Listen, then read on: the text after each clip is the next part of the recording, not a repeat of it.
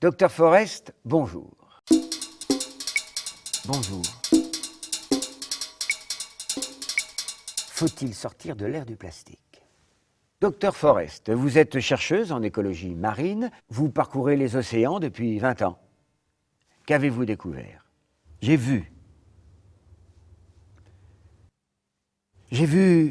ce que tout le monde verrait s'il y prêtait un peu attention.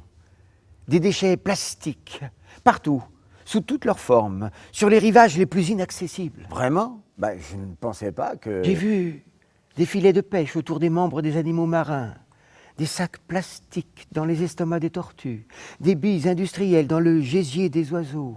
J'ai vu des déchets plastiques accrochés aux coraux, trop loin de la lumière du soleil pour être dégradés par ces rayons ultraviolets. Mais arrêtez, ce n'est pas possible.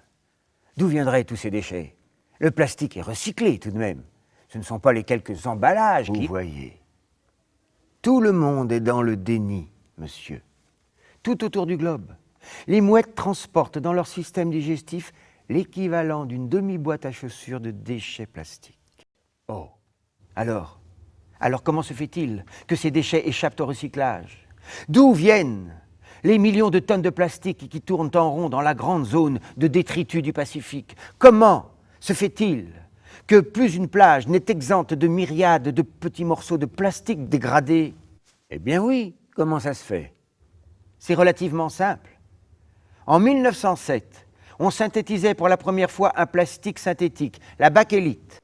En 1941, les hommes produisaient 1 million de tonnes de plastique par an. Aujourd'hui, ce sont 240 millions de tonnes qui sortent annuellement de nos usines, en augmentation de 5% par an. Sur une telle quantité, la fuite la plus infime est une catastrophe pour la planète. Mais tout n'est pas jeté. Et puis le plastique dans la nature, ça ne se dégrade pas. La plupart des emballages qui composent les 2/3 des déchets des ménages sont jetés dans l'année qui suit leur production. Mais paradoxalement, ils sont faits pour durer.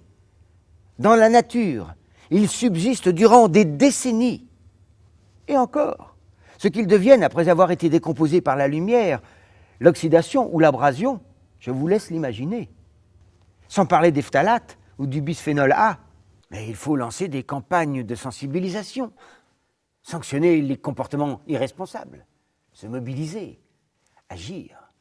Les industriels tentent timidement d'agir pour limiter les impacts sur les océans. Mais ce qui est irresponsable, c'est l'ère du plastique, dans laquelle l'espèce humaine a engagé la Terre.